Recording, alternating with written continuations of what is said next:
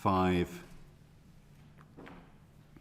Order, order. The committee is back in session. I'm very pleased to welcome to our second panel of witnesses, Dido Harding, Baroness Harding, who is the interim executive chair of the National Institute for Health Protection. Thank you for coming today. And her colleagues who are joining us virtually. We have Dr. Susan Hopkins, who is the chief medical advisor to NHS Test and Trace, and Simon Thompson, who is the managing director of the NHS Test and Trace app. Thank you very much indeed for joining us this afternoon. Perhaps I can start with a few questions for Baroness Harding. Starting with, what is the current capacity of the diagnostic testing system? So as we stand today, the capacity for both NHS testing, which we call Pillar 1, and the National Testing Programme Pillar 2 stands at 242,817 tests. Why has that not been per day. Why has that not been published since the 10th of September? That is being published at 4 o'clock today, as I understand. Why was the gap? They were published all through the summer, but mysteriously they stopped on the 10th of September. We have worked really hard over the last 4 months since I arrived to make sure that we validate the data that we publish. So from time to time, we are double-checking and making sure that as this organisation grows really fast and adds in new data feeds from new labs, we make sure that the data is accurate. That was the only reason for the pause. Something went wrong that you had to put right? No, it was simply a question of validating the data and making sure that we weren't putting data into the public domain that wasn't accurate. It was all right. Internally, the NHS used constrained and unconstrained capacity. Which capacity are you referring to? This is total capacity. So if you'd like the split between the two, the NHS capacity, the Pillar 1, as of today is 82,817. That's for the UK. This is all 4 nations. And Pillar 2 is 160,000. And they will be published every day now? Yes. Will they?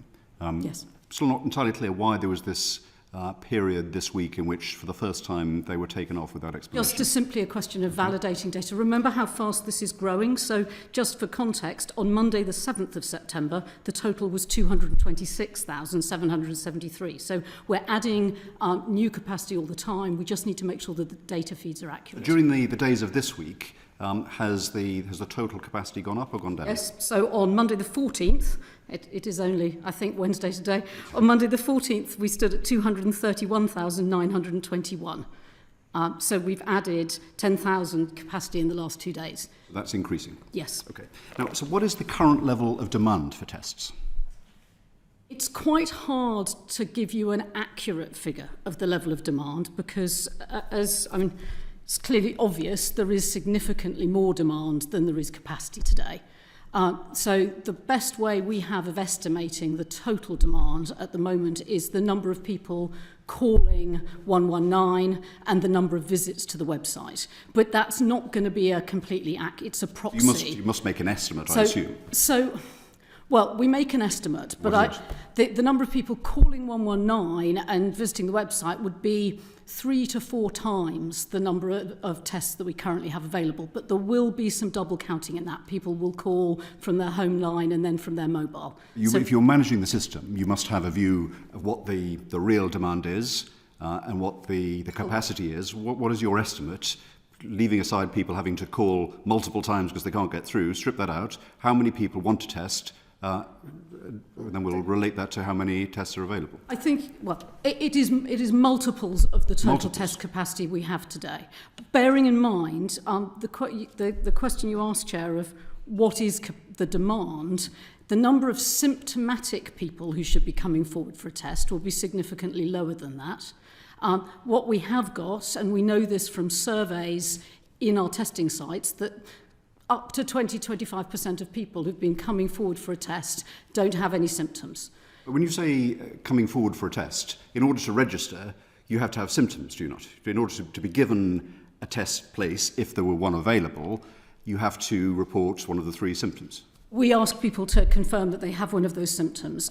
So how do you know that 25% of people actually register for the test but have no symptoms? Because we've been running some surveys outside of our testing site. So after you've registered and you've then turned up at the testing site, and we've asked people whether or not they do actually have symptoms. And we surveyed, so if I give you the details, 24,000 people at 25 regional and local testing sites between the 1st and the 4th of September. The Secretary of State referred to this earlier today, and this data will be published online. 27% of people said they were there because they'd been in contact with someone who had tested positive, but they didn't have symptoms themselves. Okay. In order to be there and to have got to the test centre and to be allocated a test, they've had to declare that they've had symptoms. So you're saying 27% of people lied? Well, I completely understand why people are worried and scared and coming forward for tests. That is what you're saying, that 27% of people lied about their symptoms. No, I'm not. But our local testing sites, you don't need to make a booking. You can just walk up. So some people will just be walking up to get a test because they're worried, because a colleague or a family member has tested positive, and it's totally understandable. They wouldn't be allocated a test. They'd be advised that they needed symptoms to have a test, would they not? They ought to have symptoms. So that's not a demand on the test. They're not using tests. They wouldn't have been given the tests in those circumstances. Generally, if we have people walking up, having either booked a test or asking for one, are brilliant people who are manning the hundreds of testing sites across the country, don't want to push away people who are scared. But we do have a significant number of people who are coming forward for tests who don't have symptoms. Why have we had this sudden increase in demand? I think you'd agree that there has been an increase in demand, I assume. Yes, there has definitely been a substantial increase in demand. I think that Professor Hannigan and the previous witnesses in your earlier session referred to some of this, which is that it's an entirely human thing to be scared and worried and to then think that the answer is to get a test. And so, if I, again, give you some examples, a restaurant owner contacted me yesterday where one of their staff had tested positive, and they then asked all of the staff to go and get tested. Whereas actually, unless they had symptoms, they really didn't need to be tested. That could happen at any time. There's no reason why September has seen this increase in demand. I think we, again, as Professor Hannigan pointed to, I think with all of our children going back to school, we've seen a very marked increase in the number of young children coming forward to be tested.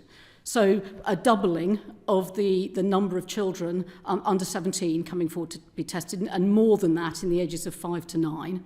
And again, I think, as I say, I completely understand this. I've got children at school myself. The temptation is one of your children has a temperature, they need a test, but then the rest of the family gets tested as well. We knew the children were going back to school in September, did we not? It didn't come as a surprise. And we planned for a sizable increase in testing capacity. As I've just described, we've been adding testing capacity every day, every week, over the course of the last few weeks, in anticipation. But not enough. Well, plainly, by a multiple factors. As the Prime Minister said yesterday, plainly we don't have enough testing capacity today, and we are doing everything in our power to increase the testing capacity. One of the reflections this committee has made, and our purpose in conducting these inquiries, is to learn lessons that can be useful for decisions further down the road. And in the early days of testing, lots of decisions had to be made very quickly, and it's understandable that not all of those were the right ones, and there's no particular blame that can always be attached to that.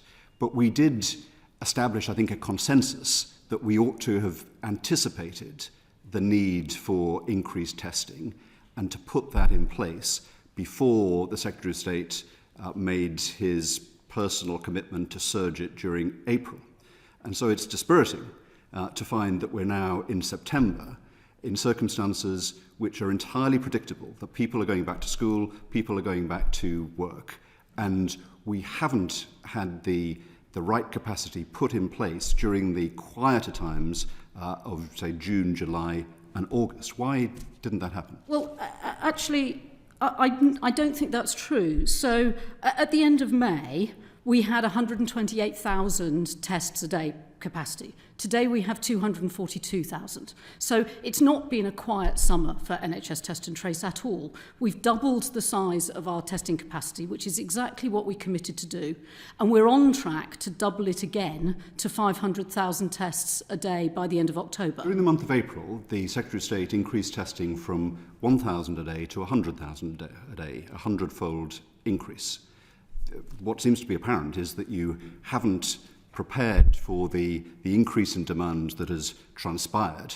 It may have doubled, it may have increased, but it hasn't surged to the extent that was done before, and clearly ought to have been done for September. Why wasn't that the case? Well, as I said, as the Prime Minister said yesterday, plainly we do need to expand testing capacity. And I really understand the frustration and worry that people have who are trying to come forward for tests. Is there a problem with the assessment of demand? Are we going to be able to have accurate predictions or assessments of what demand will be in the future? Could I just answer the previous question?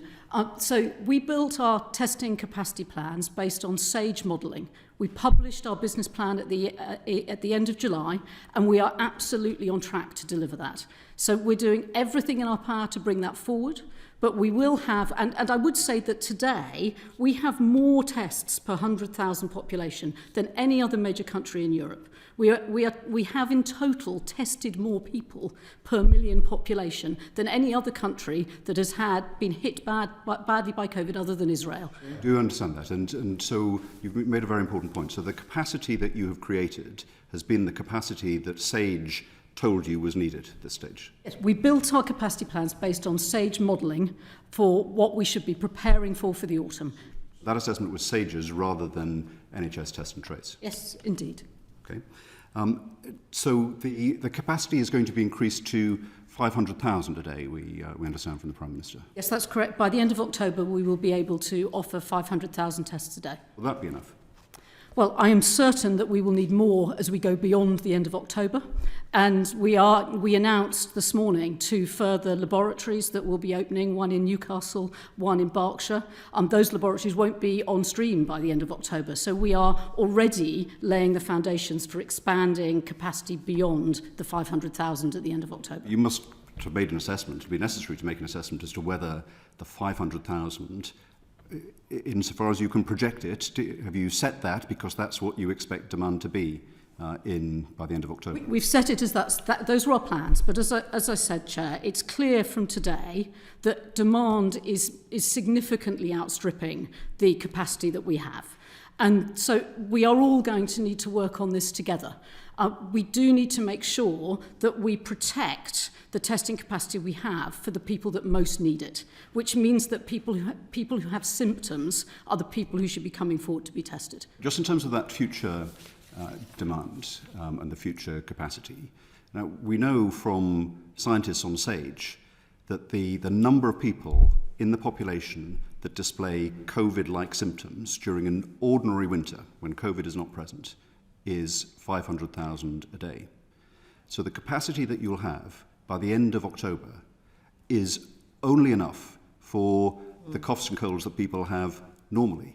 It actually doesn't address the extra demand that comes from a pandemic, and perhaps the extra concerns and sensitivity that people have, that they may notice symptoms more if they know that COVID is around. Well, and as I said, we have plans to go beyond the 500,000 a day, and we announced openings of new labs today that will contribute to that. And our work on capacity building beyond the end of October is based on, again, clinical and scientific modelling of what the country should need in a winter season rather than a summer season. I see. Go to Dawn and then to Mark. Can I just come in on one vital point on this? How do you measure total capacity? Because the Prime Minister has said that there was a 375,000 capacity. You've now told the committee today that there's a 242,817 capacity. That seems to be a reduction in the capacity that the Prime Minister said. But how do you measure the capacity, and do you need to revise how it is assessed? The figures I've quoted you are antigen testing. The figures the Prime Minister was quoting are combined antigen and antibody testing. So they're completely consistent. Right, so it's 2 different. Clearly you didn't prepare enough for the schools coming back and people going back to work. The fact that the end of October was the target date to have this capacity in place, was that because you expected a second wave, as it's sometimes called, to be in October? Has it come earlier than you expected? Is that the problem?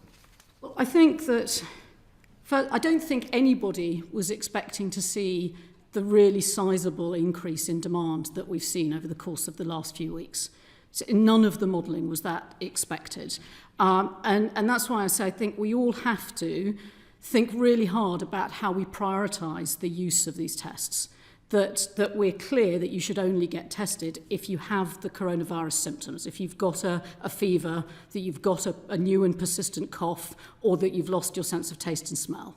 And so we're all going to have to play our part in managing the constrained capacity, even as we double it and keep going beyond that. That's been the guidance for months now. The rationing is within people that have symptoms, that certain people with symptoms won't be able to access it for the time being. As I said, we see quite a lot of people coming forward who don't have symptoms, and I really understand why you would feel like this, who want to believe that if they get a test, they won't need to self-isolate, that if one of their family members has tested positive, that if they get a test, they won't have to isolate with them. And sadly, that isn't how the virus works, and it isn't the medical guidance. If you strip that out, you still don't have enough capacity. The Secretary of State this morning said that people would need to be prioritised amongst those that have symptoms. Yes, and we're very clear on our prioritisation. So firstly, we're prioritising support for NHS clinical care, NHS patients. So we test hospital patients, including all admissions. That's the number one priority. Well, our number two priority, and again, Professor Hannigan referred to this, is to protect those in care homes. This is the one group of people who we're testing who don't have symptoms. We know that the best way we can protect those of us, our loved ones living in our care homes, is to make sure that we regularly test care home workers and residents and all new admissions into care homes. So of our testing capacity, roughly 50% of our testing capacity goes towards NHS clinical care and testing in social care. And that's before we... So hospital patients, social care, what's the next priority? NHS staff, including GPs and pharmacists where possible. Mm-hmm. That's the third priority. And actually, sorry, I misquoted. Let me get that right. The three priorities of NHS patients, social care, and then NHS staff make up about 50% of the total testing capacity today.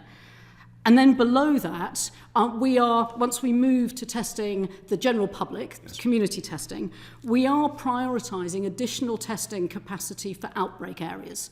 So we look to make more mobile testing units, to have more tests in local testing sites for areas with very high disease prevalence.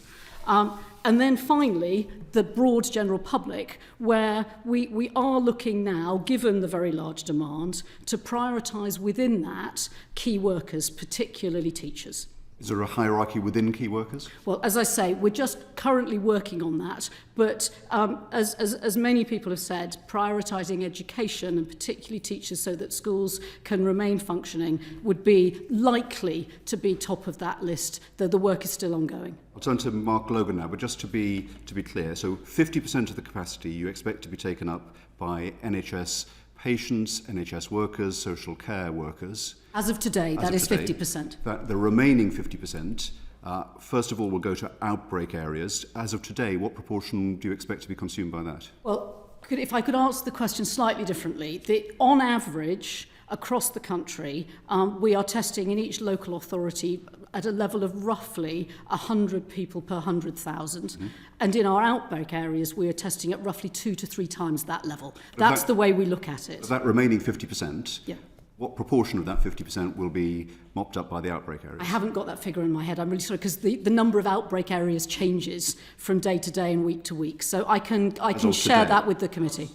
This evening when you get back, I can share let that the committee know that, and therefore what the residual is for the other key workers. And I should there is one other element of testing that runs underneath this, which again your previous witnesses mentioned, which is the programmes we have, the surveillance programmes we have, the research programmes to make sure that we understand the prevalence of the disease, the ONS and REACT surveys. That's not useful in isolating and treating. No, but it is using testing capacity, and it's important that it does. Mark Logan. Baroness Harding, I represent Bolton North East, which is at the epicentre of the pandemic and has been for the last 2 weeks. Testing isn't working in Bolton. How can we have confidence that what's been happening in Bolton will not be the case for the rest of the country? Well, I appreciate the concern and worry about testing capacity everywhere, and particularly in areas like Bolton where the disease prevalence is so much higher. But yesterday we did 1,093 tests in Bolton. Over the last 7 days, we've conducted 6,968 tests. The last 14 days, 13,179. And as I say, that's roughly 2 to 3 times more testing than we're doing on average in the country.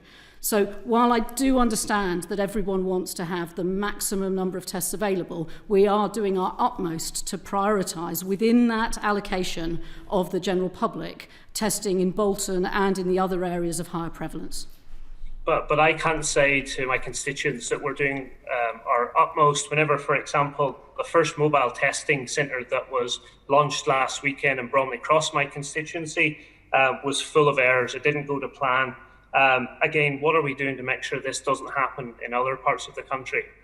Well, we are rolling out more and more testing capacity every day, and we're also broadening our distribution network every day. So, if you sort of step back and look at the scale of the testing platform that we've built, we are on track to have 500 different testing locations across the country by the end of October.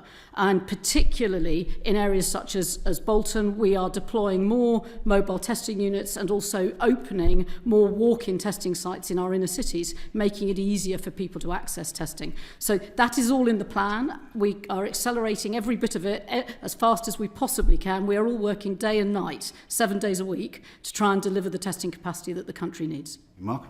But are you finding that these mobile testing units in other parts of the country, like what's happened in Bolton, have the same problems? So, for example, the testing centres have capacity to test one person every 5 minutes in Bolton.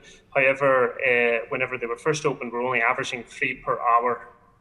Yes, the reason for that is that the constraint in our end-to-end testing system is in the processing in the laboratories. Actually, the footprint that we are building, the 500 different local testing sites across the country, will be able to scale up more and more as the processing capability grows. And we have to restrict the number of people who are taking tests in the testing sites so that there's no risk of those tests going out of date when they're processed in the labs. So I do understand how frustrating it feels that when you arrive in a testing site and it doesn't look like it's very busy and you can see it could do more, but the capacity constraint isn't in those testing sites, it's back in the lab. And it would be very dangerous to send too many samples back to the laboratory, have them not be processed and people not know what their results were. So that's why we have to restrict the demand where we all come to get tested. My last question is just people from Bolton, they can't get a test. A lot of people can't. Have been contacting me both on social media and by email, but they're saying that those living outside Bolton can get a test in Bolton, or indeed if they put in a postcode for Wigan, for example, then they can get a test in Bolton eventually. What would you say to that? Should people just turn up as a walk-in service? Well, we've been making changes and learning and improving with each passing week. And one of the things we've done over the last 10 days is to reduce the geography that you can book a test in advance. We make our local walk-in centres open for people to simply walk in for exactly the reason you're describing, to encourage the sort of local residents. And we'll continue to work with places such as Bolton to see how we can ring fence more of the testing capacity to our most high-risk areas.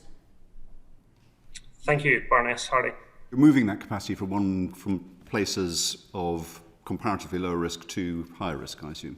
Yes, and that's done at a local authority level, at a regional level and at a national level. So we work very collaboratively with the local authorities and with the regional public health teams in Public Health England to deploy the mobile testing units based on prevalence and outbreaks. Is it the case that you told the Chair of London Councils that there will be a 20% cut in London's testing capacity?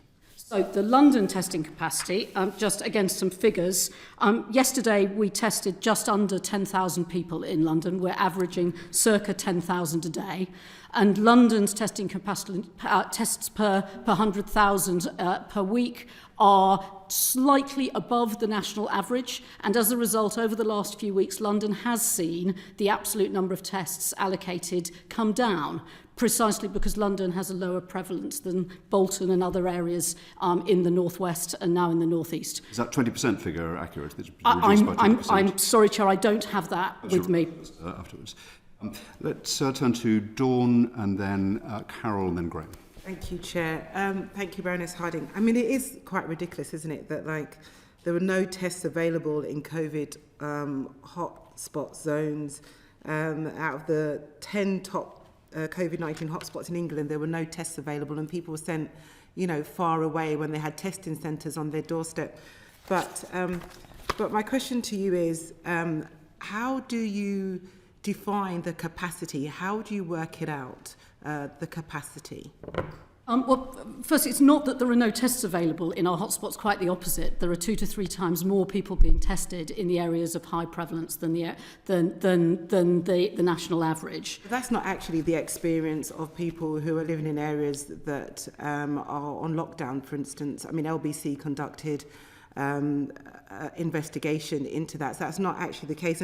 And also, as you mentioned, that the facts are that, out of the government's capacity of 375,000 that they say they have of tests, the actual number of people being tested has stalled at just 437,000 people a week. And that was at the start of this month. So that equates to just 62,000 tests a day. So when you take what you say is the capacity and how many people are actually being tested, why is there a problem with testing? I'm afraid that's not true. Today, 207,000 people were tested. Yesterday, 213,000 people were tested. On the 14th of September, so Monday, 213,000. On the 7th of September, 170,000 people were tested.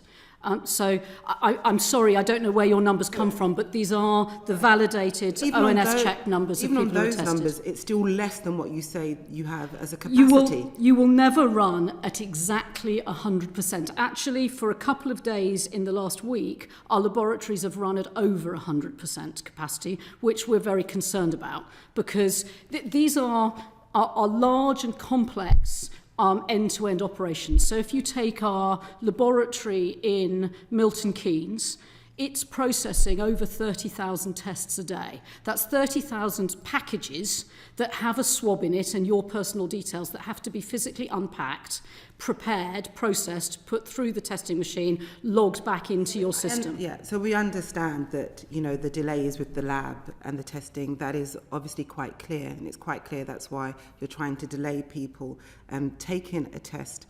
Now, I know that there's a research institution that has lent some PCR machines. They're on loan to the end of the month, which I'm sure is included in your testing capacity. Do you have plans to extend the loans of these PCR machines? And if not, what will happen if those machines are taken back? I'm afraid I don't know the specific example you're referring to, but if we look at our path from the 242,000 capacity that we have today through to 500,000 at the end of October, there are a large number of different elements that make up that path. So our existing laboratories are, as we speak, implementing more robots that unpack and prepare the tests ready to go through the PCR machines. That will I'll get there in a sec, sorry.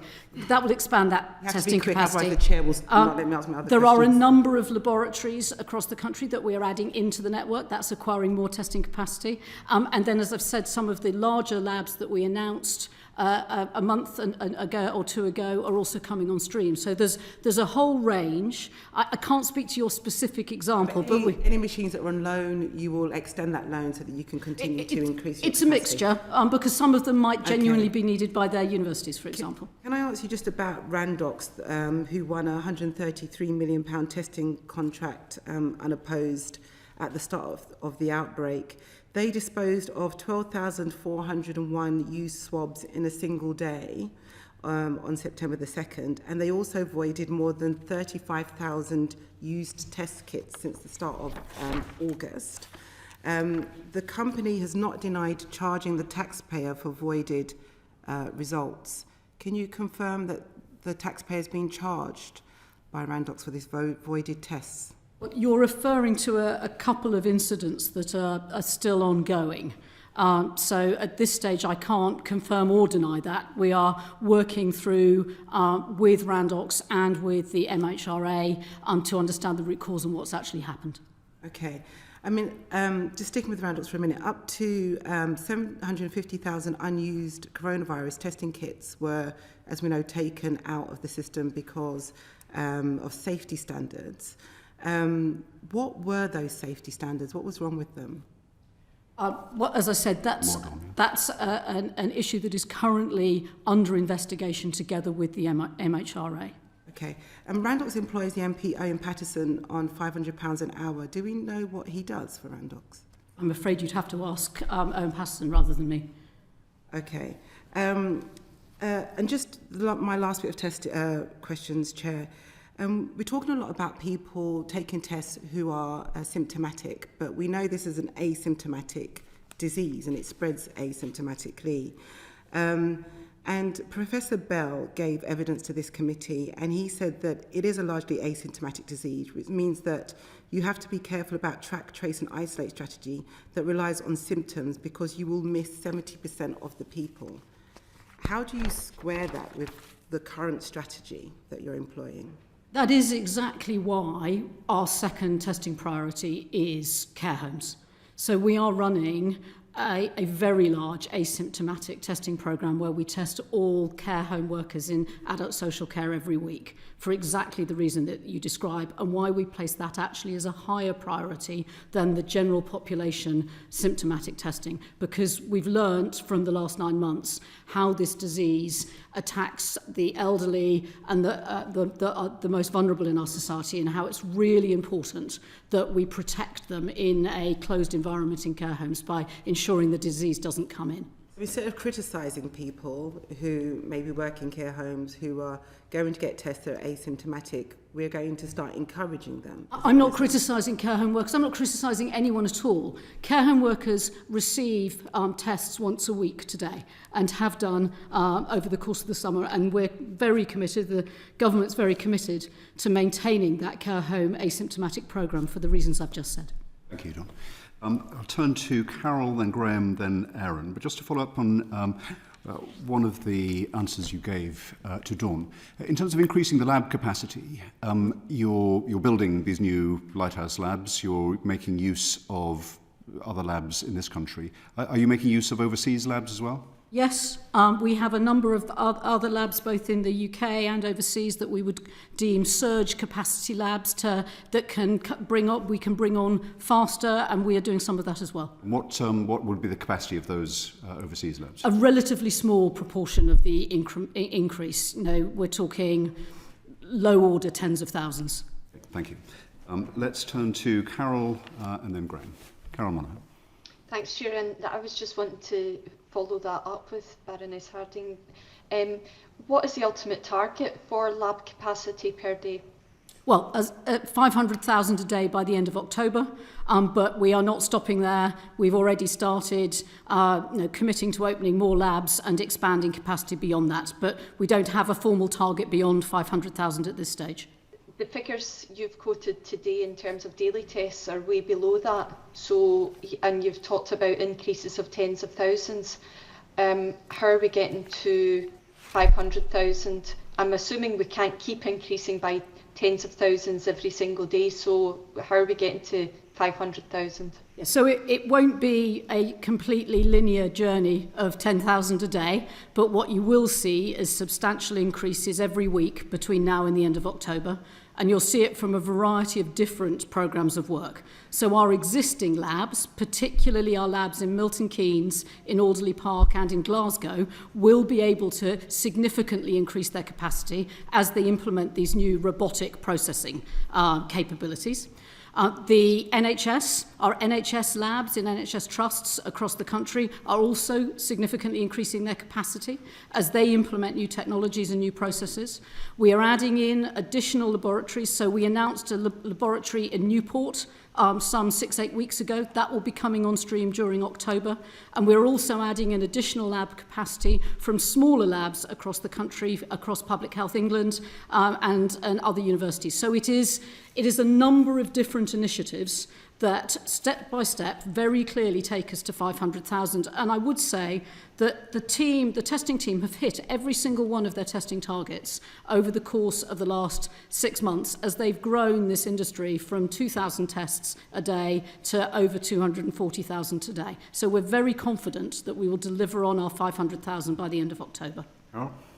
And what about the turnaround time? At the moment, there's a target of 24 to 48 hours.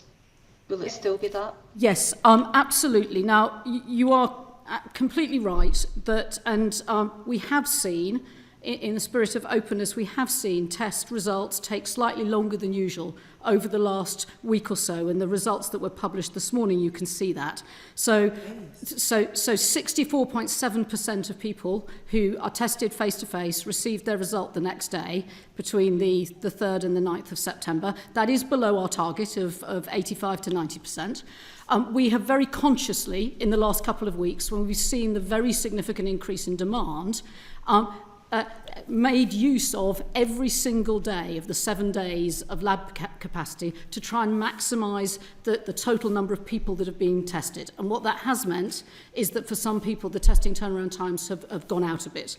As we bring on more capacity over the next week or two, I would expect some of that additional capacity to go not to more people being tested, but actually to seeing those turnaround times reduce. It's a balancing act that we monitor in every lab across the country several times a day to make sure that we are maximising the number of people tested and trying to keep to those turnaround times.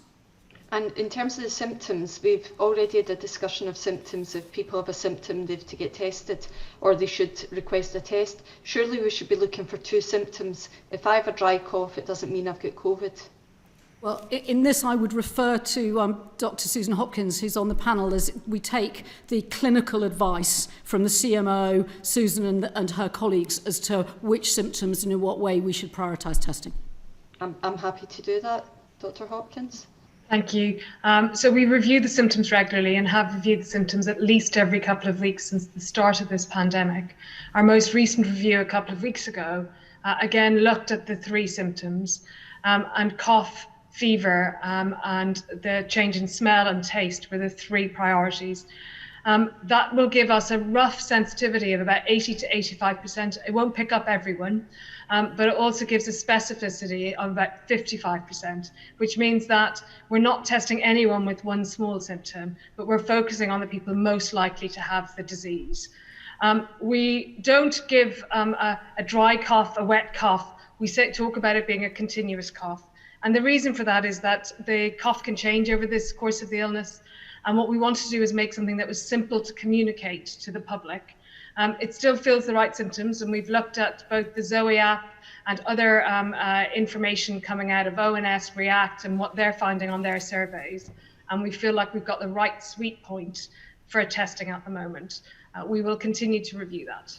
And it's still the advice, with one symptom, you get tested? It is, and we looked at combinations of those symptoms, but that reduces the number of people who would be eligible and significantly would reduce the number of people who are the right people to get tested in the community. It would drop down our sensitivity markedly. Okay, thank you, Chair. Thank you. Just on the timing, it is the case that the Prime Minister promised in June that there'd be 100% turnaround within 24 hours. Isn't that the case, Baroness Harding? Well, we have delivered next day turnaround times in the 80s to 90% through the summer. And as I've said, it has dropped down over the last couple of weeks. And that was a conscious decision in order to try and meet more of the demand. And I would expect to see the turnaround times improve as we increase capacity over the next few weeks. Of the home testing kits, the figure is 9% turned around in that case within 48 hours, and 1 in 5, 20% within 24 hours at local test sites. So very substantially below the target that was set? The 64.7% of next day turnaround I'm referring to is people who've taken a test in person. So whether they've come to a mobile testing site, a local testing site, or a walk-in site. You're absolutely right. The turnaround times for home testing kits have always been longer because the test has to make its way from your home. It's a slower delivery turnaround. A test is a test. The purpose of the test is to contact trace and to inform where the infection is spreading. And it is exactly why we've been opening more and more testing sites so that fewer people have to rely on a home test if they're feeling ill. The home tests are particularly useful for patients going into the NHS to get a test in advance of having an operation, where you're testing not to see if you have the disease, but make sure that you don't have it. You're moving away from home tests as being... Well, if you look at the mix, because we've opened so many more local testing sites and mobile testing sites, the mix is shifting to more physical face-to-face testing. Is it a policy decision to prefer? Yes, because the turnaround time will always be faster.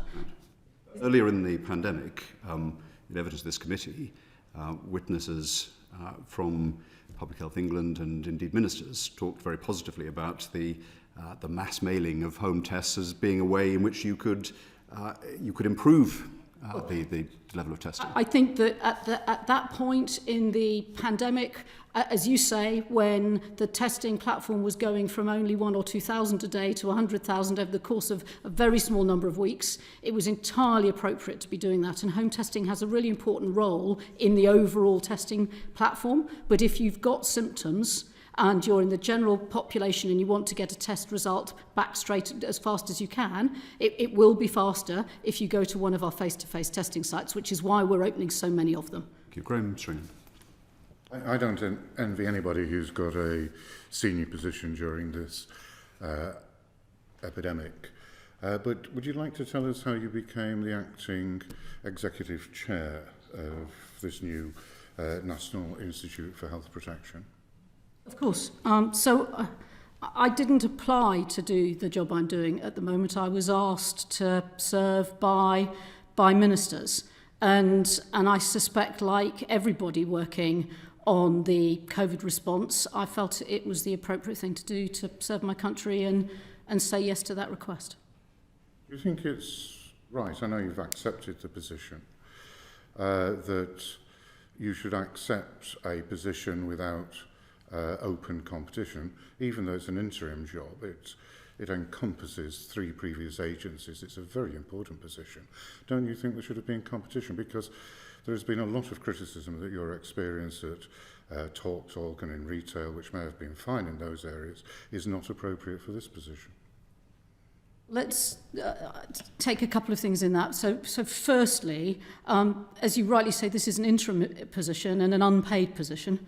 And we've started the open competition to recruit the permanent appointment. And so given that it's important that there is immediate leadership, regardless of whether it was me or not, making an interim appointment without open competition is the way to ensure you've got leadership immediately. So that's the process, not my decision at all. Ministers chose to take that process.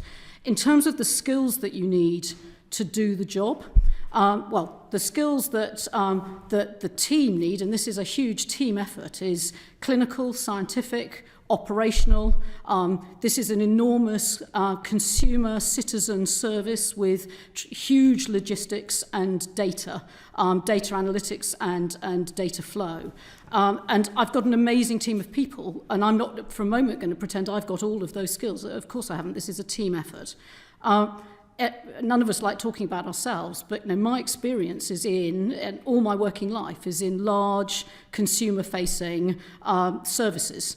And I've got a lot of experience of retail and logistics, and I've spent the last 3 years as the chair of NHS Improvement. So while I am not a clinician and only have 3 years' experience, I do understand the NHS and the public sector to couple with my logistics, retail and technology experience. With your previous experience in this area and the month you've spent as acting executive chair, what do you think this new body will do better than was done by the previous 3 agencies? And just so I understand, sorry to clarify, by the three agencies you mean? Public Health England, the Biosecurity Centre, and what was the other one that's been put into it? I've not got it. NHS Test and Trace. Okay. NHS, So the most sorry. obvious one, So sorry. NHS Test and Trace and the Joint Biosecurity have been one entity since they both began. So that was the reason for my... Right. Just wanted to clarify. So the immediate benefits that we are already seeing is accelerating the collaboration and joint working. So the three organisations were working very well together, but it's been actually rather extraordinary to see how in the space of a few weeks, by knowing that our long-term future is together, it's encouraging professionals in the clinical, the scientific, the data analytics, the operational teams simply to work together faster. And in the fight against COVID, those small benefits in team working and problem solving can actually make a very big difference. How would we measure that? You'll measure that's a very good question. I think you'll measure that by our ability to act faster over a broader landscape. So, for example, I was today at the meeting, the Gold local outbreak management meeting chaired by the Secretary of State, which is a hugely collaborative process between the Test and Trace team, the Joint Biosecurity Centre and Public Health England. And in the course of the last 3 weeks, objectively, we have seen much broader coverage of the country, much more work done collaboratively, and a much clearer local voice because of the integration with Public Health England. So I appreciate that's not an output measure, but 3 weeks in, I probably couldn't give you an output measure, but we are seeing a much more integrated, and Dr. Susan Hopkins on this panel is a great example. Susan is a joint appointment into both organisations and is leading our clinical and medical team in the fight against COVID in the National Institute. Can you just explain to me, because I'm genuinely not sure, what the relationship of the new body is to the Lighthouse laboratories? Do you determine the contracts that are let out to the Lighthouse laboratories? Do you determine their policy? Do you determine their day-to-day work? What is the relationship? So the Lighthouse laboratories are contracted by NHS Test and Trace, so by the Effectively, institute. you let the contract. And we work very closely with those partners as they are increasingly implementing new technologies in order to speed up and expand capacity. When Serco's contract was renewed over the summer, had they met all their key performance indicators? There was a full and comprehensive review of the performance of all of our contact tracing suppliers, of which Serco is one. And the recontracting process was led by our commercial teams in normal government processes. That doesn't quite answer the question, if you don't mind me saying. I'm sorry, I don't actually have all of the KPIs in my head, and I'm very happy to write to you to set out. I wasn't asking you to have them in your head. I just wondered if they'd met all of them. I can't. The nature of good commercial management is you set your commercial partners a large number of challenging targets, and so the only reason I'm hesitating is that they might have hit 99% of them, and then I wouldn't be giving you a truthful answer. So that was all. But they have done a good job. They stood up a service very fast. And as we haven't talked about contact tracing at all, we have reached 350,000. Actually, no, sorry, it's now, from the numbers published this morning, 417,000 people, thanks to them and NHS professionals and local public health teams. And what part of these contracts are public? I mean, you say that you will let us know what the assessment was. What level of detail will we get about these very significant contracts from the public sector to the private sector? I will need to go back with my commercial colleagues and make sure that I share what is appropriate to share publicly, given that these are commercial arrangements. But obviously we would need to do that in full, normal, transparent process. And if I may, I know I've had a lot, if I may have one last question. My view that some of the things that have gone wrong with Test and Trace and the whole response to COVID is that it has been too centralised and that these lighthouse laboratories have over-competed to the detriment of many of the private and local NHS laboratories. What would be your response to that point? I think that what we're trying to build is a local and a national system, and we need both. So the NHS and smaller university labs have done magnificent work in scaling up testing. Our local public health teams, both in local government and in Public Health England, have also done magnificent work. We need both. And so the model that we're trying to build is a local by default, but also a nationally supported. So we couldn't put on 250,000 tests a day extra capacity in the next 6 weeks entirely through the NHS. But the NHS is playing a huge part in that. Likewise, we couldn't have contacted 417,000 people in the last 4 months entirely through local action. We need both the national and the local. And what we're seeing increasingly, and particularly in areas like Bolton, Oldham, Leicester, Blackburn, real collaboration between local leadership teams and the national test and trace and joint biosecurity teams working together. But nevertheless, the mobile laboratories were handed over to G4S, not to local authorities. Well, if you mean the mobile testing sites? Yes. In order to be able to move them so that we have some flexibility. We do want to come on to tracing and to contact tracing and indeed the app, but just to return briefly to the question of the turnaround of tests. The target that you're given by the Prime Minister is a 24-hour one, the 24-hour turnaround. The figures that you quoted to us were next day. So would you kindly give us what the performance of the system has been in the most recent figures within the 24-hour period against which you're measured? It's quite a lot lower. I'm afraid I don't have the figure in front of me. The reason I don't is that a 24-hour turnaround time would mean we'd be measuring whether people get their texts and emails in the middle of the night. So from an I'm just giving you the operational statistics that we measure and focus on have been the next day. Simply because that's a way of ensuring that people get that test in order to be able to go to work or go back to school. Well, it's the figure is 33%. Yes, as I said, I know it's significantly low. 2/3 don't meet the target of 24 hours, and the reason that's relevant. Firstly, it's the figure that governs your work. It's the figure that was given by the Prime Minister. It was in your report that was published this morning. But it's also the case that this is not a random number. SAGE has been very clear. Right back at the 1st of May, SAGE said that any delay beyond 48 to 72 hours before the isolation of contacts results in a significant impact on the R number. And obviously there is a chain there. So if you have a delay in getting a test, and then there is a delay in getting the results of the test, and then the time that it takes to trace those contacts, the smaller and smaller proportion of people who test positively and are symptomatic have their contacts being tested. In other words, according to SAGE, it drives an increase in the R number. So isn't it the case that the failure of the testing regime, which I hope is temporary, is driving the increase in the pandemic across the country? I strongly refute that the system is failing. So, as I said earlier, we made a conscious decision because of the huge increase in demand to extend the turnaround times in order to process more tests over the course of the last couple of weeks.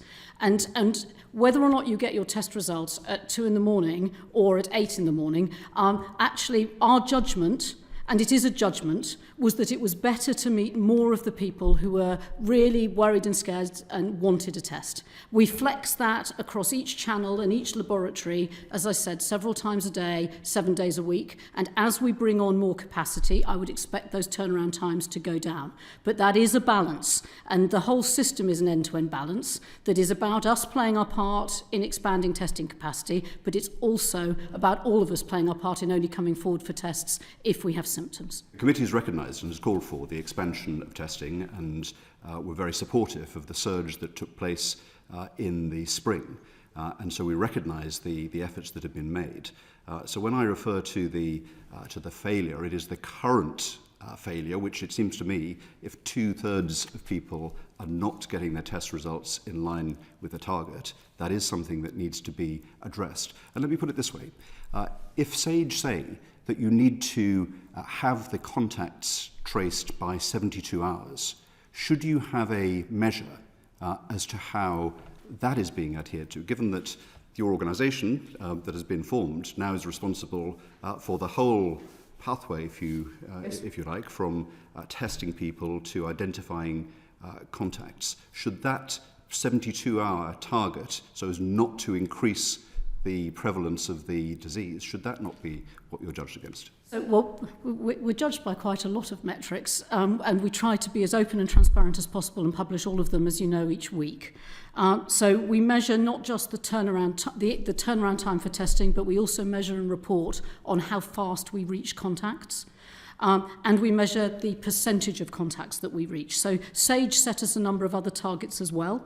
They set us a target to reach 80% of people who had tested positive, and we reached last week 79.8% of those. We also set a target to reach 80% of contacts, and we reached 86.6% of contacts where we had the communication details of the people who were named as contacts. So you are absolutely right that end-to-end turnaround time is also important, but so is whether or not we keep everybody flowing through. So all of this is about balancing each of those different operational measures. Let's go into that a bit more with Aaron Bell. Thank you, Chair, and you've anticipated some of my questions there nicely. Thank you for your time, Baroness Harding. I did want to turn to tracing. We've focused a lot on testing, and rightly so. You just gave us some of the statistics. Taking it all in all, from the top, the people who were transferred to you in the first place, what percentage of their contacts overall, once you go through all the stages of contacting them, trying to contact them again where they're complex, what proportion of contacts overall do you estimate you're reaching? Not the ones that you're trying to, at each stage, but overall, what percentage of contacts do you estimate you're reaching from positive tests? Well, it's hard to do that because we've got to estimate how many people our index cases have actually told us about. And so Yeah. I'm hoping we're going to get a chance to talk a little bit about the app, because one of the big gaps in our measurements is people that you've been a close contact with who you don't know. Because index cases can only tell you, horrible language, people who've tested positive can only tell you of the people they know. Whereas if you're an app user, that should significantly improve our effectiveness. So it's hard to actually answer your question because of that unknown. But of the known contacts, I mean, if you're not reaching around, is it 17% of people in the first place, and a number of them you're not reaching their contacts because they haven't got the details or whatever?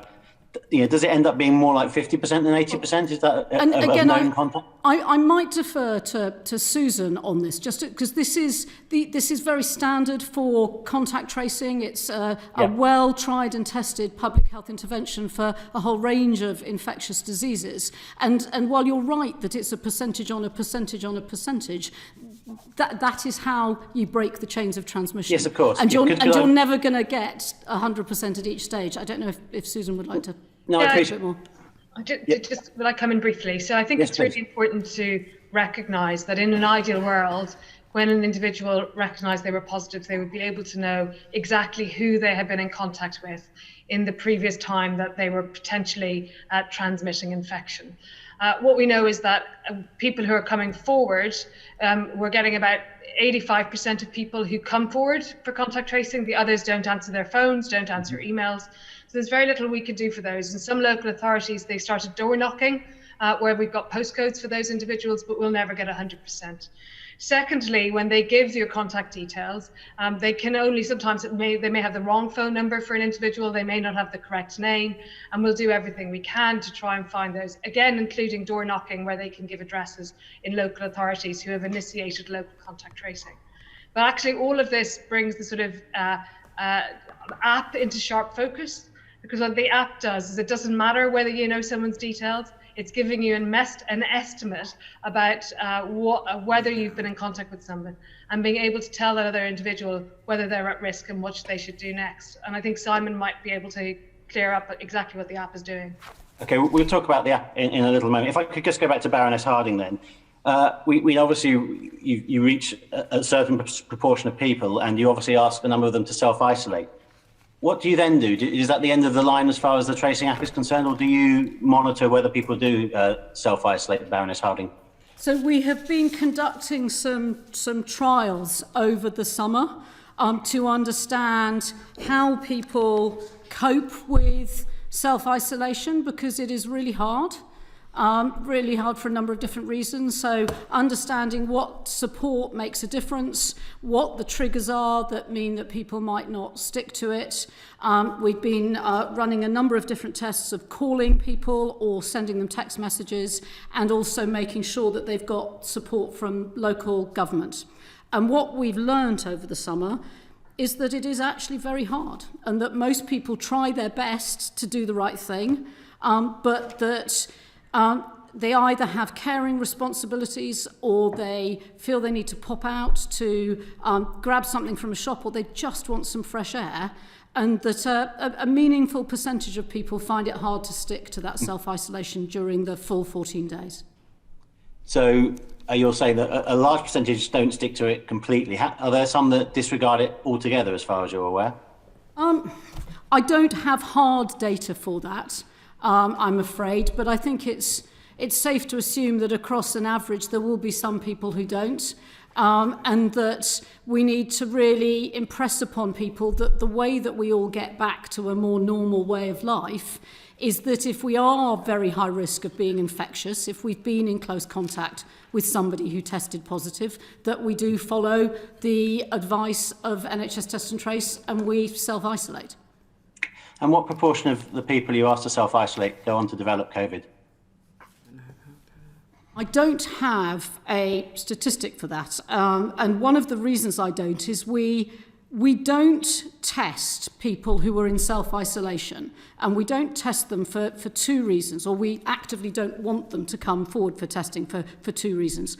The first is the nervousness that if you test negative at some point in your 14 days, that will be another reason to believe that you'd be okay to go back to normal life. Whereas, as I'm sure Susan can talk us through, unfortunately the virus doesn't work that way. So we don't test during self-isolation, and as we've described earlier, that wouldn't be one of our priority uses of testing. So I'm not able to give you quantitative data, though again my clinical colleague Susan may have more evidence than I. Sure, but I understand the logic of what you've just said in terms of the impact on the individual, but from a scientific perspective, isn't it worth knowing whether self-isolation is actually keeping COVID cases out of general circulation? Maybe if I could refer the question to Susan. Okay, yes, please. So I think what we know in looking at the case details is that the people who you're most likely to transmit to are your household contacts, and the next groups are those that you're in close contact with. We do look and try and match data from contact tracing to the testing records, but we don't find very many people who come forward for a test. But that may be due to the fact that many people have asymptomatic infection, and we've asked them to self-isolate for 14 days to prevent transmission to others. Thank you, Dr. Hopkins. I mean, Baroness Harding, you understand where I'm coming from a scientific perspective here. The Royal Statistics Society has recommended improvements to this data, including random sampling, record linkage. Have you looked at taking those recommendations on board? We are continually looking to improve our service, and remember how new this is. This scale test and trace service that is only 5 months old, and absolutely we are looking at continuing to understand how we improve our ability to break the chains of infection. And again, I'm sure Susan can talk to some of the research work that we are doing with academics and statistical partners across the country. Thank you. I mean, it seems you acknowledge yourself, and I acknowledge that it's hard for people to self-isolate. And if we're aware that the most obvious ones who need to self-isolate are immediate family, it seems that only fair and sensible way to approach a pandemic that we're having to manage, we're not trying to completely eradicate, that we assess whether the kind of people we're asking to self-isolate, whether that's actually doing any good. And unless we have that information about whether those people ever had COVID, it seems we're not going to refine the system. I think do you agree with that? I think, as Susan has said, There are two things about this virus that are incredibly counterintuitive to a layman like me. The first thing is that it's counterintuitive to believe that you're most likely to catch the disease from your friends and family. It's instinctive to believe that strangers are more dangerous than the people that you live with, and yet all the evidence is your household contacts are likely to be the most likely people that you will either infect or get infected by. The other thing that is counterintuitive is a belief, we all want to believe that a test will set us free, that if we test negative, then everything's fine. And yet the way the disease incubates, that's just not true. A negative test on day 2 or 3 or 4 or 5 or 6 of self-isolation doesn't mean that you won't infect your friends and family at some point during the 14 days. And so we do know those two things. And Susan can give you the academic foundations. We do know that our intuition is not how the disease works. And if we are going to break the chains of infection and we are going to get back to a more normal way of life, we do need to follow the clinical guidance. Thank you, Baroness Harding. I'll pass back to the Chair. We're short of time. Thank you, Erin. I'm grateful for that. I'm going to invite the Minister, Lord Bethell, to join us to have some questions on the contact tracing app, as well as Baroness Harding on this. Just before we turn to that, obviously we've been talking a lot about the increasing capacity that's targeted and the 500,000 a day by the end of October. Minister, is that all antigen testing, or does that include antibody testing as well? No, the 500,000 is for the test and trace programme on antigen testing. Pure antigen testing. So this is what helps people detect whether they've got the virus in order to be isolated and have their contacts traced. Thank you. I'm very grateful. On the contact tracing app, so Minister, I think next week you're planning to launch or to relaunch the app. It was trialled on the. You didn't launch it nationally. You now feel confident that it's going to be in a position to work. Yeah, no, I am incredibly confident. I'm going to ask Simon to say a few words if you don't mind. And I have the app on my phone, and I've been using it for the last 3 weeks, and it's very impressive. And I've actually brought with me a copy of the QR code from my office. So if you had the app on your phone, you could check in at my office when you came and had a cup of tea with me. And that would then tell your phone where you had been at that precise point and will play an incredibly important part in the contact tracing process. And one of the really encouraging things about the trials is that businesses really have stepped forward in the areas where we've been trialing it, downloaded the QR codes and have been pinning them up. And getting the downloads of the QR codes is going to be an essential part of the success of the app. Just before I turn to my colleagues Dawn and then Aaron, just describe very quickly what the main features of the app are. I could do, Chair, but it would be, if I might suggest, that Simon would be a better person to do that. Right. Simon. So thank you, Lord Bethell, and thank you, Mr. Chair, as well. In terms of the app, there are some key features which are really designed to do two things. The first one is we call them a set of me features, which is helping the citizens manage their own individual risk. We have a capability called Alert, which means that it will give you an awareness and a warning of what it is that's going around your post-district area. So that's the first thing. And that means that as you leave your house, you understand what it is that you should do based on the advice, the medical advice that we have. The second thing it has, which Lord Bethell touched on, is a system that we call check-in. And with the check-in system, by using the QR code, it means that if for any reason there was an outbreak in an area where you've been, we would be able to get in touch with you by getting a message to that device. We have some benefits that we call we benefits as well, which is where we can try and manage or help the user manage the risk of others. We have a symptoms checker, which by using a very, very simple questionnaire, it will let you know whether you are okay or whether you may well have the coronavirus. You can book a test online through the app as well. And also it has an isolation companion, which I think we've talked about a little bit on this call here, which is based on the advice that we have, the app will be there as your companion to let you know how long you need to isolate for. Maybe it's 10 days, 9, 8, 7, 6, 5, 4, 3, 2, 1. And then a situation where it could say that you are, as long as you don't have any symptoms, you are free to go back to doing what you were doing before. In addition to that, it is also a contact tracing app, which means that for people that have this app on their devices, it is seeing how close you've been to somebody and for how long.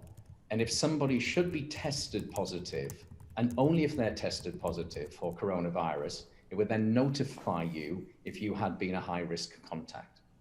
So that, in essence, is how it is that the device works. We have those benefits, those me benefits of alert and check-in, what we call the we benefits of symptoms test, and an isolation companion, and it is also fundamentally a contact tracing app. Thank you. That's very clear and helpful. I'll turn to my colleagues, but just to be absolutely clear, people, I assume, are not obliged to download the app. It's a voluntary service.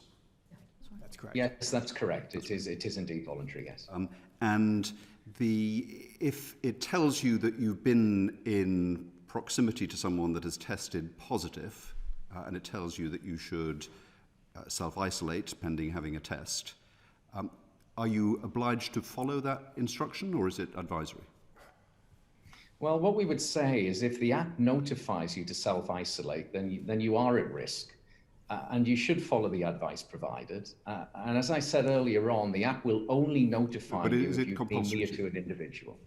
It's more for the Minister, perhaps. No, we haven't mandated it in law, but the compliance by the public is something that relies on their confidence that it works. And so we are impressed by the public's adherence and are relying on that for the moment.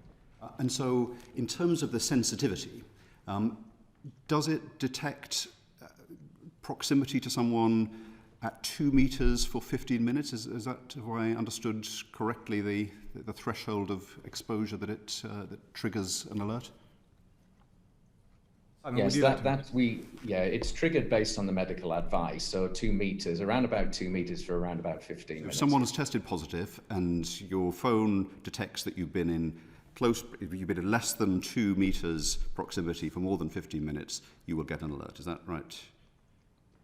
That's right. You'll only be alerted if somebody has been tested positive and you have been close to them for a significant period of time within a date range that the app is monitoring. And how can it tell that there hasn't been, for example, a kind of perspex screen between you and the person?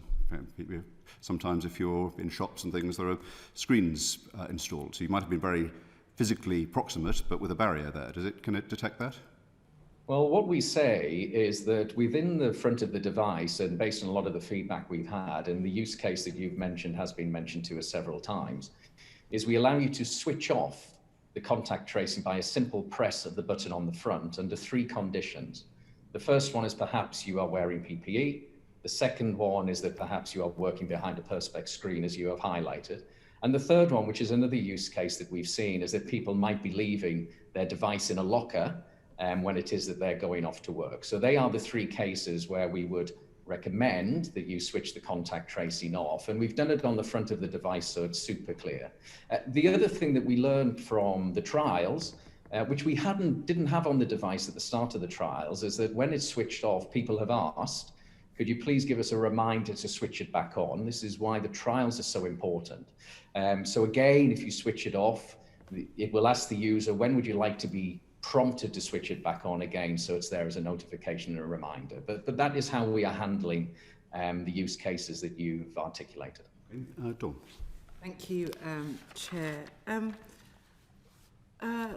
Lord Bishop, when the government first announced the £11 million for a centralised app, there was many people, programmers, etc., who were very clear that a centralised app wouldn't work because it wouldn't have the buy-in from the public to download. It was clunky and cumbersome, and no other country had a centralised app.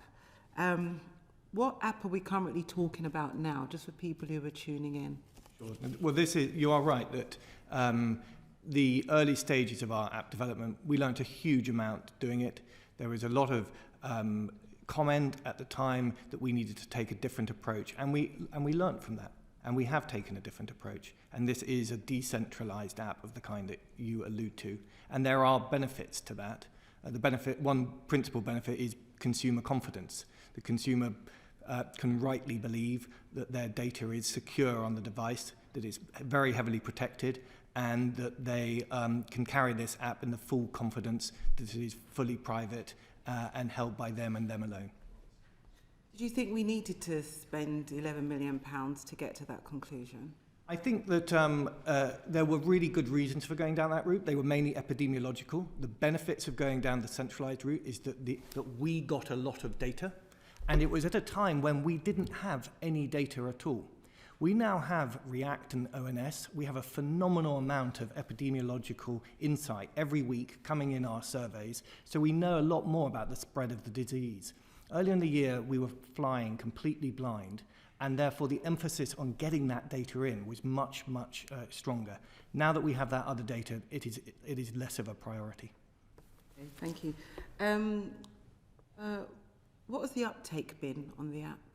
That one I will refer to Simon Townsend for. Simon, would you like to take that one? Yeah, we've been very, very encouraged. I think that, we did 3 areas that we did some testing in. We went to the Isle of Wight, we went to NHS volunteers up and down the country, and also to Newham. I think for those people that may well not know, particularly the Isle of Wight and Newham, they are a very, very different reality in terms of the population and how they move and their age and their demographics. So we were really keen to see that. What I would say is that having visited both of the areas very, very recently and spoke to the local team that have done awesome support in terms of helping us out here, is that, the adoption has been very encouraging. I think Isle of Wight in particular, on the grounds that it was the second time that we went back to the Isle of Wight, I think it was fair to say, and I looked from my own perspective, that we thought, well, let's see if people are happy to go a second time around. And actually, they were. They were very happy to do that. And in terms of Newham as well, by working with the local authorities who did a super job, again, we've learned many things there in terms of how it is we can encourage uptake. But I think the overall message is we should definitely be encouraged based on our learnings, both in the Isle of Wight and in Newham and in NHS volunteers. And I'll say it again, there are differences between Newham and the Isle of Wight, and the adoption has been very encouraging and the learnings have been invaluable. Thank you. Are you going to publish the assessments of the Newham and Isle of Wight? Yes, we've always said that all of our evaluations will be published. We always said that it would be as soon as practical after our launch, and we are planning to launch next week. Okay, great, thank you. And just, Chair, if I may, just very quickly to Baroness Harding, I hope this is helpful with Graham's earlier question, just to say that the government's flagship NHS test and trace system missed its key targets 9 weeks running, and Serco obviously missed its targets, and it was quite a surprise to people that they actually had their contract renewed, because they were paid £192 million to provide 18,500 call handlers and local authorities. And it's another case, actually, of the government trying to have a centralised approach as opposed to a decentralised approach, which would have been more effective. But I hope that's helpful. Do you want to briefly respond, Baroness Harding? Very briefly, we have a local and a national approach rather than a centralised one. We've doubled the number of people working in local health protection teams over the last 4 months, and we are continuing to recruit and expand. We work hugely closely with the Public Health England health protection teams as part of an integrated tracing system, which does have national, of course, the temptation to describe them as national. Actually, these are people working in their homes, in their kitchens, in their studies, calling people who are at risk of infecting their loved ones. And Serco and Cytel and NHS professionals who together stood up the national contact tracing, stood that service up in the space of 3 weeks, and have, as I said earlier, between now and then contributed to us contacting over 400,000 people. So I don't think that is a failing service at all. That's something that's delivered on exactly what it said it would do. Thank you very much indeed. Let's go to Aaron Bell, then Carol Monaghan. Aaron. Thank you, Chair. Lord Bethell, just briefly on the app, is it fair to say that the original goal of a centralised app which would give us lots more information, that's now completely dead?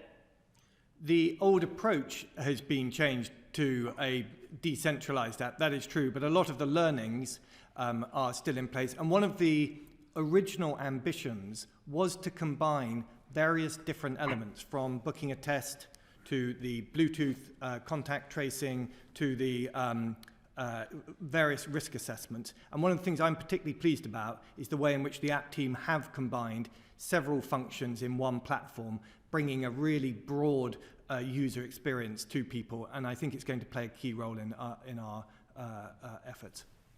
Thank you, Lord Bethell. Just briefly, Northern Ireland and Scotland have got there ahead of us in England, based on the same technology, and I understand doing roughly the same thing with contact tracing. Why has there been a delay in getting the app out for England and Wales? Well, I don't know if there has been a delay. We've moved quickly in order to get the app that we need right. I celebrate the fact that others have got their own versions. We will learn from each other. Interoperability is critical. We've worked really closely with the DAs to make sure that we can get the apps to work together. And in time, interoperability with other countries will be important when we come to the point that borders will be reopened and risk assessment between countries becomes really important. Thank you. What assessment have you made of the Scottish data so far? That is something I'd like to ask Simon Thompson to answer, if that's okay. Sure. Mr. Thompson. Yeah, I mean, what I would say is that it's early days for the launch in Scotland. We do actually speak on a regular basis because we do share learnings. I'm really mad keen to catch up with the team and see what their assessment is of progress. But I think that everything that I've seen so far, I think they should be optimistic. And I think that, it's great for us. As you said, they're using the same base technology. I think it's great to see the team there have the confidence that we have in the technology as well. Thank you very much, both. Chair. Thank you very much indeed. Carol. Thanks, Chair. Simon, can I ask you about the trials in the Isle of Wight and Newham? What was the percentage uptake in terms of the population? Yeah, I mean, this is information that we'll definitely share within our evaluation that I said we'll do after the launch and as soon as is practical. What I would say is that based on the international uptakes that you'll have read, where everyone goes between sort of 10% and 30%, I would say that based on the results that we've seen, we should feel optimistic about what we can do. But, it's similar to what we've always said, the more people that use the app, the better. I think the thing that we've really focused on, which Lord Bethell touched on earlier on, is making sure that the citizens have really confidence that it works and that it's actually bringing them, a real benefit. And based on the trials that we've seen, we believe that that will be the reaction that we get. So you're not able to give a percentage uptake? No, we definitely will as part of our evaluation that I said earlier on. As soon as it's practical, we'll definitely publish. So at the moment in Scotland, the app was launched about a week ago, and there's been an uptake of about 1 million, which is about 20% of the population. It's already given 100 alerts. But it should be noted that level of trust in Nicola Sturgeon is probably a lot higher than level of trust, certainly from what has been seen in social media regarding the app's potential launch in England. How important is trust? You've talked about, the levels of confidence amongst the population. How important will trust be that this app is going to do what it says and is not going to infringe on data, people's personal data? Mm-hmm. Well, we are using the same technology as Team Scotland in terms of underlying technology. So Now you are. I wonder. I'm trying to really tease out whether that information is getting out there, or whether there is still mistrust amongst the public in terms of this idea of the app. And might I give some information? Sorry. Just because, although the English app doesn't launch until Thursday, The QR code system is live, so that businesses are today getting ready for it. And we've seen sort of up to 15,000 organisations download QR codes already. So actually, I think we've got real evidence in England before our app launches that businesses are getting ready and really accepting it. So that when people, and that's something that is different from the Scottish app. We use the same contact tracing capability, but we've integrated the QR code system as well. So it's very early days, as Simon says, and I think both of the nations should be really encouraged that our collaboration looks like it's going to deliver another tool in the toolkit in the fight against COVID. Maybe then, Baroness Harding, final question, Chair. Is there going to be some big launch with these questions that are being asked by people about their personal data?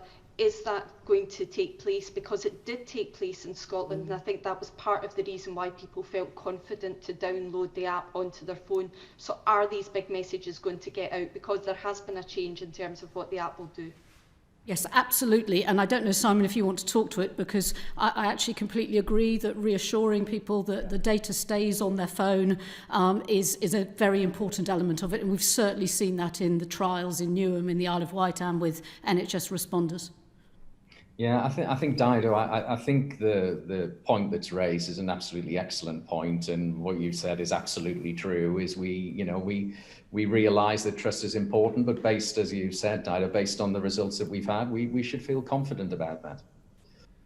Thank you, Chair. Carol. The distance criterion in the app is 2 metres for 15 minutes. The WHO advice is it should be 1 metre for 15 minutes. Why have we chosen a different metric, Minister? We have assessed it a lot of different ways. There is a balance that needs to be struck between getting the positives right and the negatives right. We can't have an app that throws off so many false positives that trust is undermined. The app won't, in all of these epidemiological efforts, you're trying to have something that is both effective and trusted. And we think that the balance of 15 minutes and 2 metres strikes the right point in that balance. Interesting, perhaps, if you could write to the committee with the evaluation of why you rejected the WHO's advice that it should just be 1 metre for 15 minutes, and you've gone for one that will capture more people. But I'd be glad to, and I would also like to add that these things can be reviewed, and as we learn more and more about the app, it may be that we seek to tweak that as we go along. Thank you. Finally, on the app to Graham Stringer. No, fine. Is that okay? Well, in which case we will draw stumps on that. Very grateful to our witnesses on that. If we say goodbye to our online witnesses, and thank you for their testimony, and we've covered a lot of ground on other matters, but since we've got Baroness Harding and Lord Bethell with us, perhaps we could just take a couple of minutes to reflect on some things perhaps relating to the ministerial oversight of NHS test and trace. Perhaps starting, Minister, with the question of the testing strategy and who is responsible for it. When the committee had its last session before the summer, it was with the Secretary of State, and he was very clear that the testing strategy is not something that is set by the NHS England, not something that was set by Public Health England at the time. It was set by ministers. So would you just summarise, give a kind of concise view as to what the strategy on testing is now as we approach the autumn and the winter? Well, the thing I would probably reflect on is that the strategy remains with ministers, but there is a much broader collaboration across Whitehall. There is much greater involvement in a variety of different departments. When it comes, for instance, to the international element of test and trace, the DFT is much more involved. Cabinet Office provides an enormous amount of insight, and we work very closely with Downing Street in all matters. And in terms of the priorities, the watchword, the mission, is to break the chain of transmission, and that's how all of our metrics are ultimately focused.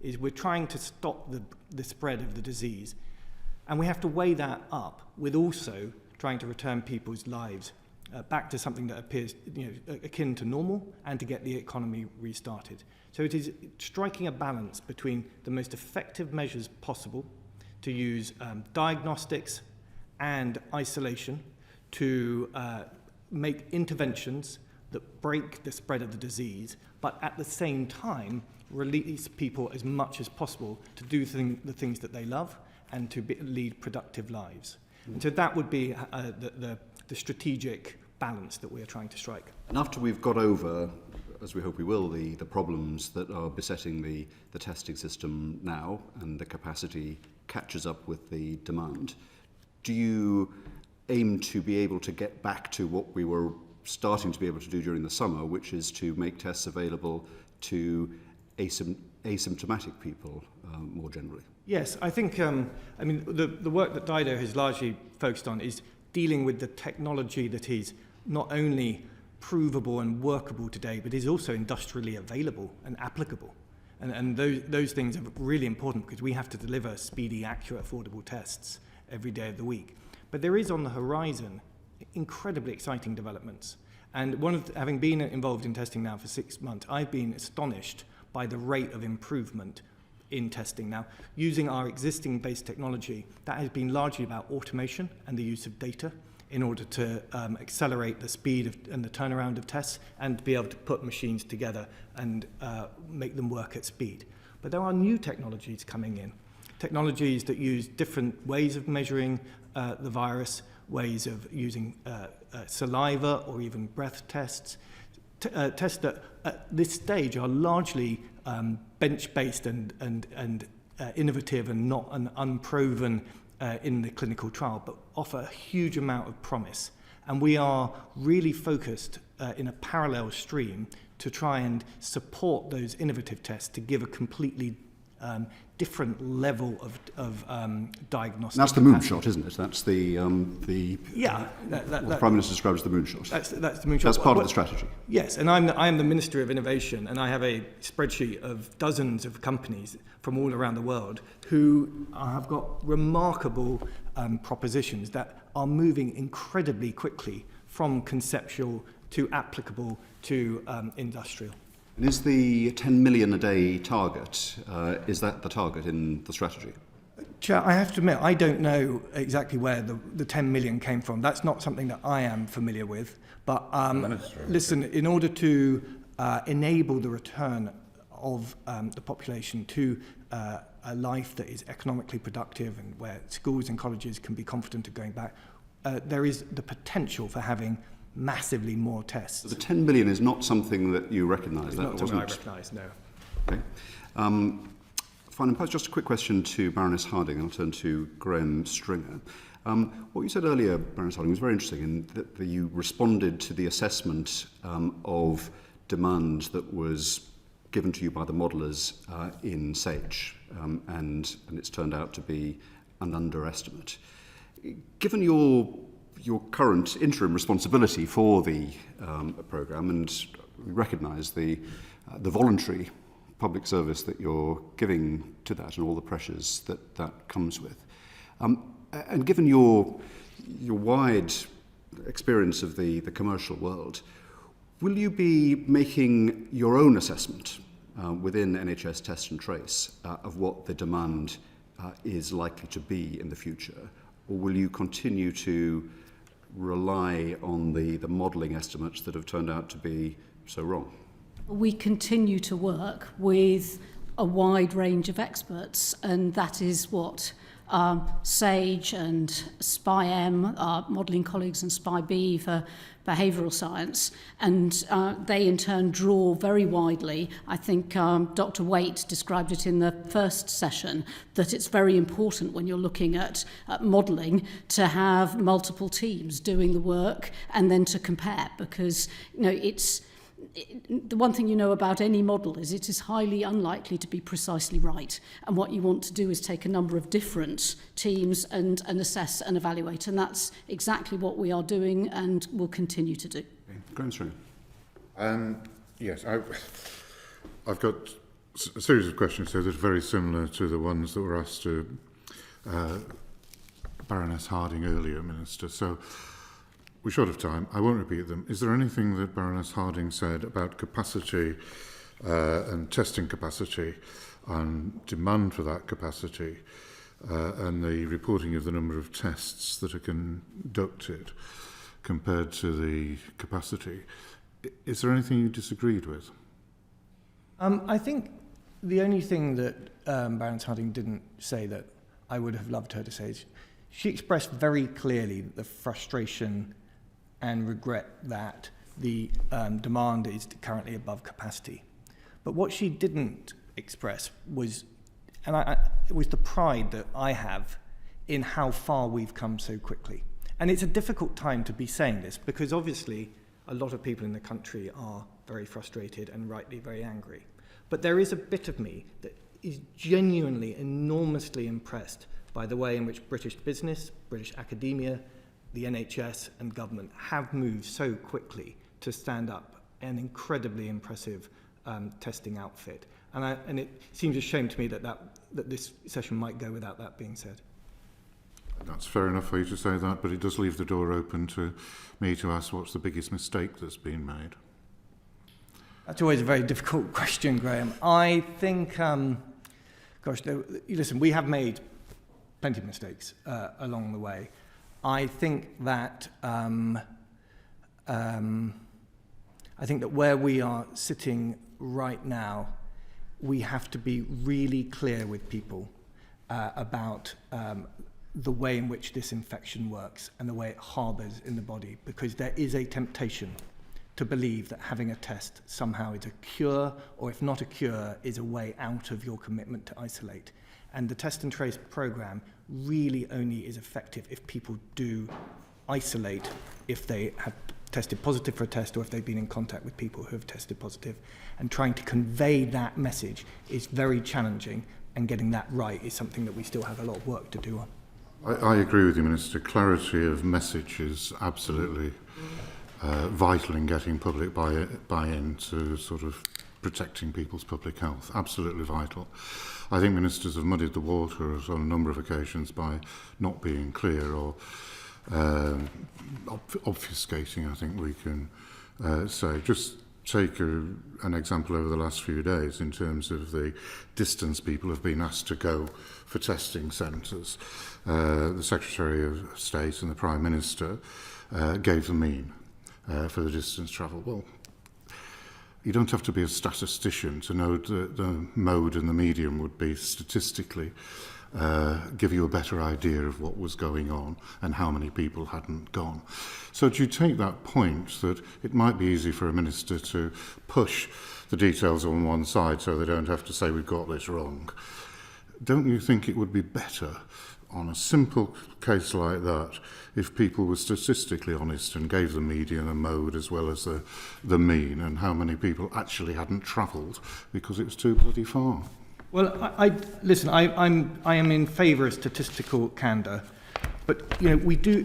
Earlier today, we published a huge amount of statistics. We run an incredibly transparent. No member of the public is going to read that. They may see the Prime Minister on the television. They may see the Secretary of State on the television or listening to him. They're not going to read that, Minister. Well, listen. When it comes to the public, I completely understand the public's frustration. I have friends, family. And I can see what's going on. People are extremely frustrated. But when it comes to the statistics, we really couldn't be more transparent than we are. And I would just remind everyone that there will be more than 1 million people who have a test this week. And most of them, the vast majority of them, will have a benign experience around it. My final question, if I may, you were here for the earlier session with Professor Hennigan, who I think was in a very thoughtful and academic way casting doubt on the changed rules in the North East and Oldham and Bolton in particular. Could you give me your initial thoughts on what he said? I think he spoke very interestingly about the difference between having a trace of infection and being wildly infectious. And that is something that we are aware of, the difference between the two. But everything that the clinicians tell me is that you have to be very, very careful about trying to create false differences between the two, because one person might have a small amount of infection today and a large amount of infection tomorrow. And if you try to create big differences between the two, you may store up problems for yourself in the future. Thank you, Graham. Final question from Dawn, and then Erin, and then we will adjourn. Thank you both very much for today. In July, the Secretary of State for Health and Social Care told this committee that reform of Public Health England was not a priority, and that he was focused on preparing for the winter, which, as we've heard today, is vital and important. However, less than a month later, PHE was replaced by this new National Institute for Health Protection. Minister, what changed? Well, I think what the Secretary of State said earlier is right, that change for change's sake is not our interest. But Baroness Harding has explained, I think, really clearly how the operational benefits of getting these three teams working closely together has yielded massive results.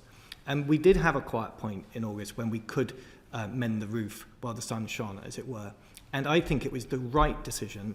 It was a tough and courageous decision, but the right decision to try and grab those operational benefits while we could. And I work really closely with all those three teams, and I can tell you that those teams are working much better together, and that it is an enormously collaborative atmosphere, and those benefits are coming through. So I think it was a wise decision and the right one. What changed? Like, did he not have those thoughts before? What changed in those 4 weeks that... No, I think that, I mean, to answer you directly, what changed was an assessment of what the benefits of those operational dividends would be became clearer and more apparent. It's helped the capacity chase that you're now in rather than hindered it. Absolutely. This change from PHE. Absolutely. Okay, thank you. Erin Bell. Thank you, Chair. Just briefly on overall strategy, Lord Bethell. To what extent is our current overall strategy and what you set out to the Chair about mass testing ideas and all that, is this predicated on hanging on for a vaccine? To put it another way, if we didn't think there would be a vaccine in the next 6 months and we thought it might be more like 2 years, would we be doing things differently? Well, actually, that's a very good question. In some ways, listen, I'm extremely hopeful and optimistic about the vaccine. If you speak to Kate Bingham, running through the options, you'll be really inspired at the pace of scientific change and how far we've got to go. But everyone knows who has spoken to the virologists that doing vaccines for coronaviruses, and particularly ones with a respiratory affection, is really tough and they don't always work. So we have to cover our bases.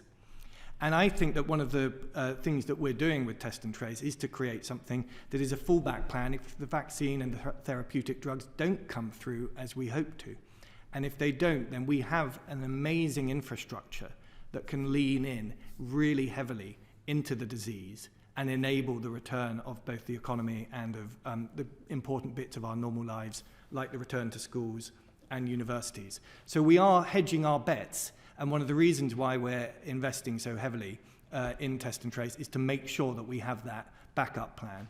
I would also add that there is a long-term benefit here, which is a reboot in the national approach to diagnostics generally, and putting diagnostics at the heart of our overall life sciences strategy of early intervention in disease. And I'd be glad to talk about that either now or later. Thank you, Lord Bethell. And just one specific point before we have to wrap up. Just on quarantine, SAGE has advised that repeat testing could be a way of shortening the quarantine period. Is the government considering this approach? And if so, how will it be implemented and when? Sure. Well, we are working really closely with DFT colleagues, with airlines, with airports. And I would love to see the reopening of borders when we can. But the CMO is really clear. The borders have, we've already had very tough outcomes from people coming into the country bringing disease with them. And we have to rely on people complying with quarantine. And the evidence suggests that that's a very difficult thing to rely upon. So until we have a truly reliable, affordable, and proven system of quarantine, we have to be really cautious about taking on any new responsibilities in that area. Could you just extrapolate on that hint you gave there that it's difficult to rely on people to quarantine? Is this similar to relying on people to self-isolate? Do we have data on both of these? Well, I think Baroness Harding alluded to, rely on compliance. You know, we have a consent-based system through the epidemic, which has been extremely powerful. I mean, we have been huge beneficiaries of public goodwill through all of this, and we would never have achieved what we've done if the public hadn't been on our side. But people do get tired, and people who travel are travelling for a reason. They have a high motivation for wishing to leave their home and doing the thing for which they travelled to. And we have to be realistic about those motivations.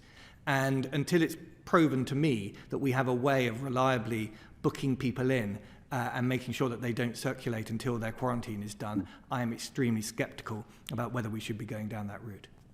Do we have a measurement for how many people are observing quarantine? Are we trying to follow that up through random checks? Do we have a number? We are analysing it. If it emerges that we have to do more in that area, then we will develop policy to address it. Thank you, Lord Bethell. Can I thank our witnesses, and in particular Baroness Harding and Lord Bethell, our final witnesses of the day. We do appreciate the immense hard work and the pressure and the stresses and strains of both of your roles. You are giving public service, we recognise that, and public service at a time that is probably unprecedented, certainly in recent decades, in terms of the decisions that have to be made under uncertainty. We're keen to understand why decisions have been taken, principally to be able to reflect on them and to learn lessons, because there will be other decisions that will be that have yet to be taken. One of the themes that we have discovered through our evidence sessions through the pandemic is that there is always something around the corner, and the need to anticipate that has been so common to many of the challenges and many of the policy difficulties that we've had. And so hence the question about the autumn and capacity for the autumn. But following autumn there will be winter, and then there might be positive aspects of anticipation as well. Perhaps if we get a vaccine, if we get treatments, and we manage to wrestle the prevalence to the ground. So that is one of our themes. We're very grateful for the candour that you've given to the committee today. We'll reflect on it and make some recommendations that will be entirely in the spirit of helping you do your work, which is to keep the nation safe and well. Thank you very much indeed. Order, order. Thank you, Chair. Thank you, Chair. Thank you both. Thank you. Are we off broadcast? Yes, the only thing is...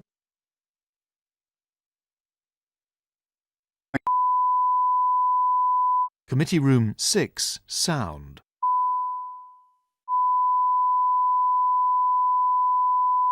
Committee Room 6, sound.